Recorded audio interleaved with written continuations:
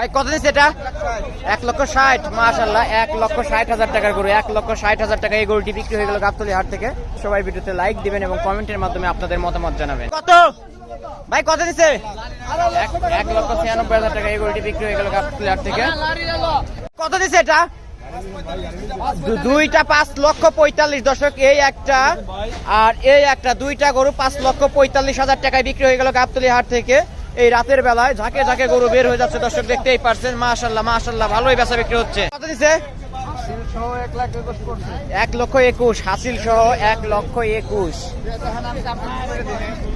ভাই কত দিচ্ছে এটা?